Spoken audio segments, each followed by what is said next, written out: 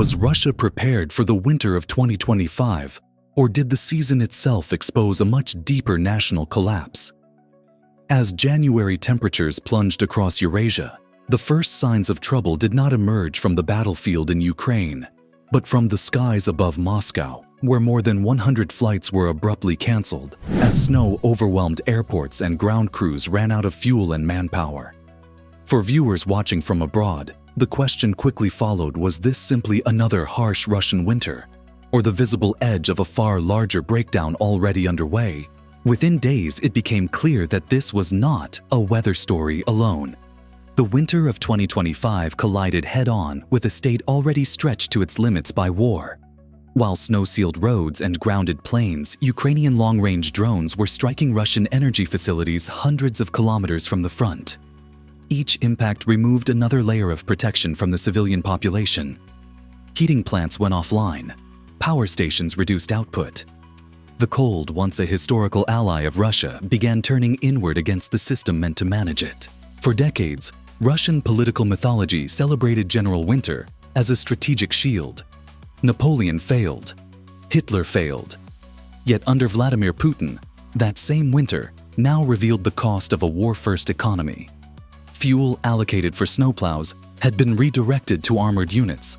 Municipal maintenance budgets were absorbed into missile production lines. Skilled engineers, welders, and technicians who once kept cities running were sent to the front. When pipes burst and boilers failed, there were simply not enough hands left to fix them. From luxury districts in Moscow to industrial suburbs in the Urals, the pattern repeated itself. Hot water surged through cracked asphalt like geysers before freezing solid within minutes. Residential buildings developed fractures under thermal stress. Local officials blamed weather extremes, but the timing told another story. According to Reuters, Ukrainian drone attacks had already degraded Russia's energy resilience before the worst cold arrived, turning ordinary failures into cascading system-wide shocks. The economic damage mounted rapidly. Each grounded flight represented lost revenue and disrupted supply chains. Factories shut down as electricity became unreliable. Small businesses closed early or permanently. Analysts warned that the war had quietly converted Russia's infrastructure into a single fragile organism. Damage one node and stress rippled everywhere. This was no longer a regional issue, but a national one magnified by the scale of the conflict and the resources consumed to sustain it. Behind the scenes, NATO planners observed closely. The collapse was not caused directly by Western military action, but by Russia's own strategic choices under sustained pressure. As Washington under President Donald Trump signaled continued support for Ukraine's strike capabilities, the winter crisis revealed how battlefield decisions translated into civilian vulnerability thousands of kilometers away. If Moscow was already struggling under snow and sanctions, what would happen in regions where temperatures dropped below -50 and state support arrived last, if at all? That question leads directly to Siberia, where the real cost of this winter was only beginning to surface. How did a war hundreds of kilometers away manage to drain the basic ability of a nuclear superpower to keep its cities running? By mid-winter 2025, the answer was no longer abstract. The Ukraine war had become a vast siphon pulling fuel, labor money, and institutional attention away from civilian survival and toward the front lines at a scale unseen since the Soviet era. The result was a silent trade-off: tanks over snowplows, missiles over maintenance, and battlefield logistics over heating systems. Russia's wartime budget priorities tell the story clearly. According to reporting by Defense News, military spending surged again in late 2024 and early 2025 as Moscow attempted to offset battlefield losses and replenish depleted stocks. That expansion did not come from economic growth, but from reallocation. Regional infrastructure funds were frozen or reduced. Emergency reserves meant for winter contingencies were redirected to fuel armored formations. Even basic diesel supplies were placed under military control, leaving municipal services scrambling. This redirection produced immediate consequences. Snow removal slowed to a crawl in major cities. Repair crews were understaffed because thousands of skilled workers had been mobilized or contracted into defense production. When heating networks failed, Response times stretched from hours to days. In some regions, there was no response at all. The war did not merely consume resources. It hollowed out the civilian systems that depended on them. The economic damage compounded quickly. Manufacturing plants dependent on stable electricity shut down intermittently, disrupting supply chains already weakened by sanctions. Logistics bottlenecks spread as rail hubs prioritized military cargo. According to the Moscow Times, November industrial output recorded its first contraction since early 2023, with non-resource sectors absorbing most of the decline. The implication was stark. Russia could still extract raw materials, but it increasingly lacked the capacity to turn them into goods that supported daily life. From a strategic perspective, this imbalance was closely watched in Western capitals. NATO analysts viewed the winter failures as evidence of structural overstretch rather than temporary hardship. Under President Donald Trump, the United States continued to frame the conflict as a test of economic endurance as much as military strength. The logic was simple. If sustaining the war required dismantling civilian resilience, then pressure applied at the margins could have outsized effects. That pressure intensified through Ukraine's expanding strike campaign against energy infrastructure. While the attacks themselves were limited in scale, their timing magnified their impact. Each damaged substation or refinery forced Moscow to divert repair teams and spare parts already in short supply. The war economy built for destruction proved poorly suited to rapid civilian recovery. At the political level, responsibility flowed downward. Regional governors were blamed for failures they could not fund or fix. The Kremlin emphasized discipline and endurance, while quietly tightening budget controls. This familiar pattern centralized spending. Localized blame deepened public frustration as temperatures dropped and patience wore thin. If urban Russia was already showing cracks under this strain, the next question was unavoidable. What happened beyond the cities in regions where winter was not an inconvenience, but a life-threatening force? The answer lay far to the east, where the margin for error was zero. What happens when the state fails, where survival itself depends on heat? In the far eastern region of Yakutia, the winter of 2025 answered that question with brutal clarity. As thermometers plunged to -56 degrees Celsius, the margin between life and death narrowed to hours. Unlike Moscow, where delays meant inconvenience and loss, Yakutia faced something far more absolute, a heating collapse in conditions where exposure can kill within minutes. By early January, regional officials publicly admitted what residents already knew. Coal deliveries had stopped. Reserves were depleted across multiple districts, including Ust-Aldansky and Cherepchinsky. State-owned utilities fell into debt spirals, unable to pay suppliers, while suppliers refused further shipments. According to Reuters, the largest debtor was not a private firm, but a government entity locking the system into paralysis. The state owed itself money it no longer had. In settlements like Sangar and Olenyok, boiler rooms were sealed shut before the peak of winter. Schools closed. Kindergartens froze. Pipes burst inside buildings already operating on emergency power. Local administrators declared states of emergency weeks too late after funding requests from Moscow returned only fractions of what had been promised. Residents were told to conserve heat by shutting public buildings, a measure that underscored the scale of abandonment rather than control. The human cost was amplified by geography. Yakutia's vast distances made rapid resupply impossible even in normal years. In 2025, logistical chains were further strained by fuel shortages and rail prioritization for military transport. Emergency airlifts were limited not by weather alone, but by aircraft availability and budget constraints. The same war that consumed engineers and fuel elsewhere now stripped Siberia of its last lifelines. This collapse resonated far beyond the region. Western analysts viewed Yakutia as a stress test for Russia's internal cohesion. If the state could not protect its most vulnerable citizens in peacetime conditions made extreme by climate, what did that imply under sustained wartime pressure? For NATO, the answer reinforced assessments that Russia's endurance was being measured not at the front, but at home. Under President Donald Trump, U.S. officials framed these developments as evidence that economic warfare and targeted pressure were reshaping the conflict's trajectory. The war's scale was no longer defined solely by territorial gains or losses, but by the erosion of basic governance across thousands of kilometers. Each frozen school and darkened hospital represented economic damage that no battlefield victory could offset. As Yakutia struggled to survive the cold, another crisis quietly spread across Siberia, one that struck at mobility itself. Even in the land of oil and gas, fuel was becoming scarce. How could an energy superpower run out of gasoline in the middle of winter? That question pointed directly to the next fracture in Russia's war-strained system. How does an energy giant begin rationing fuel in the middle of winter? By late January 2025, that question was no longer theoretical across large parts of Siberia.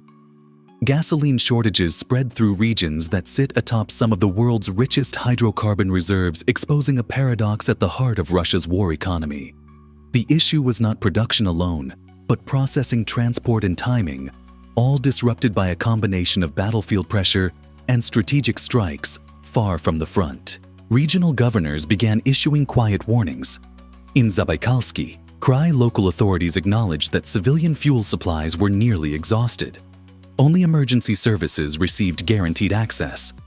Ordinary residents waited in long lines or found empty pumps. According to Reuters, the shortages followed a sharp decline in refining capacity after Ukrainian long-range drone attacks hit multiple Russian refineries over preceding months. The damage was selective, but effective, targeting choke points rather than volume.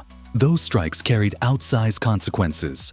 Refining capacity fell by roughly 1/5, forcing Moscow to reroute fuel flows internally, while maintaining export commitments critical for foreign currency earnings. The result was a domestic squeeze.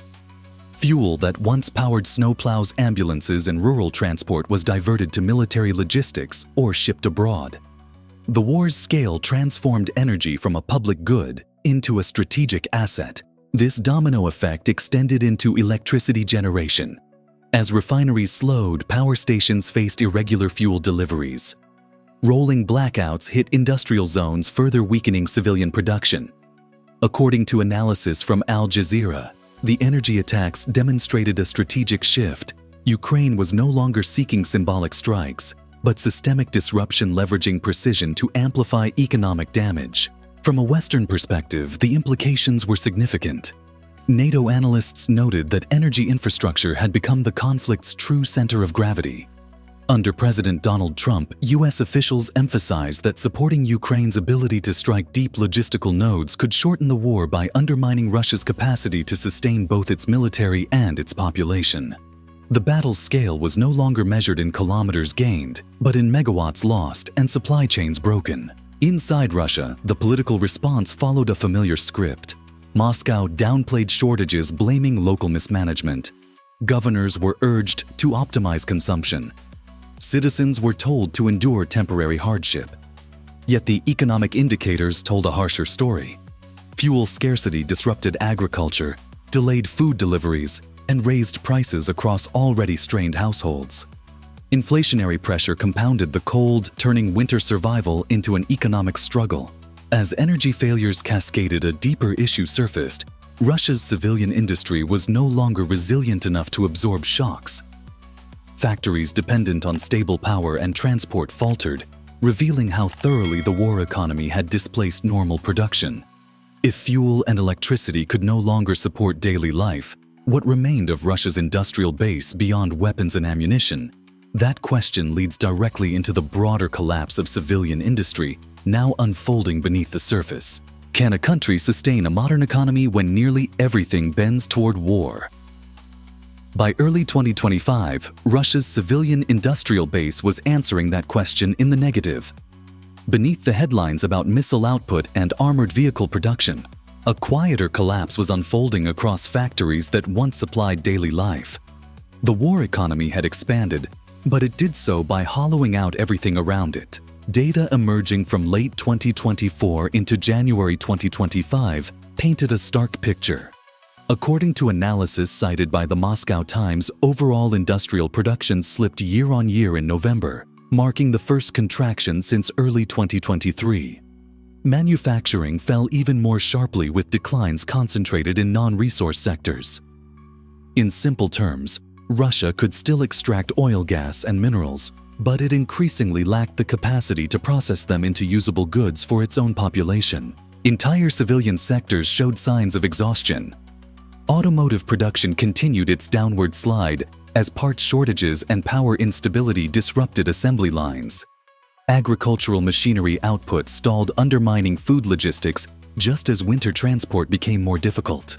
Furniture, textiles, and basic consumer goods saw output fall to levels not recorded in years. These were not luxuries, but industries tied directly to living standards and employment. At the same time, even the defense sector began to show fatigue. While tank and armored vehicle production surged earlier in the year, growth slowed sharply by November. According to reporting referenced by Defense News Output, increases that once exceeded 40% dropped into single digits. Manufactured metal products, a key input for military hardware, posted declines after months of expansion. The war machine itself was beginning to strain under the weight of sustained demand. Western economists drew uncomfortable parallels to the final years of the Soviet Union. Then factories fed the military while shelves emptied and civilian services deteriorated. Today's Russia faced a similar strategic contradiction. As Elena Rybakova of the Peterson Institute for International Economics warned, a war economy can generate short-term output, but it erodes long-term welfare and productivity. Growth fueled by defense orders does not translate into broader prosperity. From a NATO perspective, this imbalance reinforced assessments that Russia's economic damage was structural, not cyclical. Under President Donald Trump, U.S. officials pointed to stagnating civilian output as evidence that sanctions and battlefield pressure were converging. The conflict's scale extended beyond artillery ranges into labor markets, investment flows, and technological capacity. Meanwhile, inflation and labor shortages deepened the crisis. Hundreds of thousands of workers were either mobilized, killed, or had left the country altogether. Skilled technicians vanished from civilian plants, replaced by emergency measures that prioritized quantity over quality. Productivity fell, costs rose, and consumer purchasing power eroded further. If civilian industry was collapsing and even the war economy was showing strain, the question became unavoidable: how long could Moscow finance this system at all? The answer depended on budgets, oil revenues, and choices that would define Russia's trajectory into 2026. How long can a state keep choosing war over survival before the bill comes due? As Russia moved toward 2026, that question began to dominate assessments in Moscow and Western capitals alike. The winter crisis was no longer isolated weather hardship or temporary disruption. It had become a visible symptom of a deeper fiscal and strategic exhaustion driven by years of sustained conflict. Oil and gas revenues, long the backbone of the Russian budget, were under mounting pressure. According to multiple Western analyses cited by Reuters, Russia's oil income declined sharply in 2025 as sanctions, price caps, insurance restrictions, and tighter enforcement against shadow tanker fleets narrowed profit margins. Even as volumes held up, discounts widened, cutting real income. Budget assumptions built on higher oil prices increasingly diverged from market reality, creating a widening deficit that approached historic levels. To bridge that gap, the Kremlin turned inward. Public spending cuts fell first on remote regions, Yakutia, Tuva-Buryatia, where political cost was lowest and visibility limited. Coal payments were delayed. Hospital budgets were frozen. Infrastructure projects were shelved indefinitely. At the same time, energy exports continued to flow outward to protect foreign currency reserves. From a strategic perspective, this choice prioritized financial buffers over human resilience. Western institutions viewed this as a dangerous gamble. NATO analysts warned that prolonged austerity combined with militarization risked triggering internal instability rather than consolidation. Under President Donald Trump, U.S. policy emphasized that economic endurance, not territorial control alone, would determine the conflict's outcome. The war's scale was now measured in demographic loss, fiscal strain, and legitimacy erosion. Demographics compounded the pressure. Russia's population had fallen sharply since 2021, driven by emigration, declining birth rates, and wartime casualties. Labor shortages intensified across both civilian and military sectors, reducing productivity while increasing costs. Economists warned of stagnation sliding toward contraction, with some projections pointing to negative growth if current trends persisted. Politically, responsibility remained diffuse. The Kremlin blamed regional officials for failures it had financially engineered. The narrative of endurance continued, but credibility eroded with each frozen school and darkened village. History offered a sobering parallel: states rarely collapse from battlefield defeat alone, but from the cumulative weight of economic damage and social neglect. As winter loosened its grip, the cracks it exposed did not disappear. Pipes could be repaired, roads cleared, but the structural trade-offs remained. Russia stood at a crossroads: double down on a war economy that drained civilian life, or redirect resources toward survival and stability. The choice ahead would shape not only the conflict, but the country's future beyond it. The winter of 2025 exposed more than frozen pipes and grounded planes. It revealed the true cost of a war-first strategy.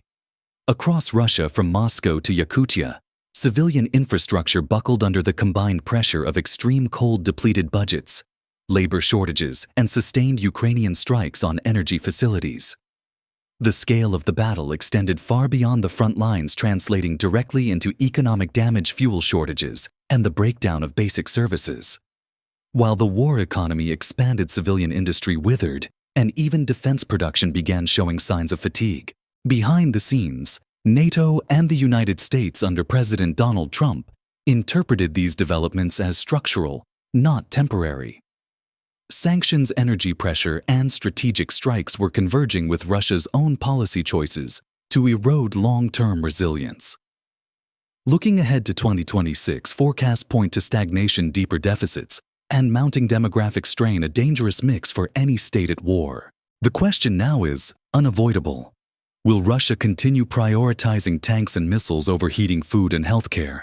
Or will internal pressure force a recalibration? And just as importantly, how long will the public tolerate paying the price for these choices?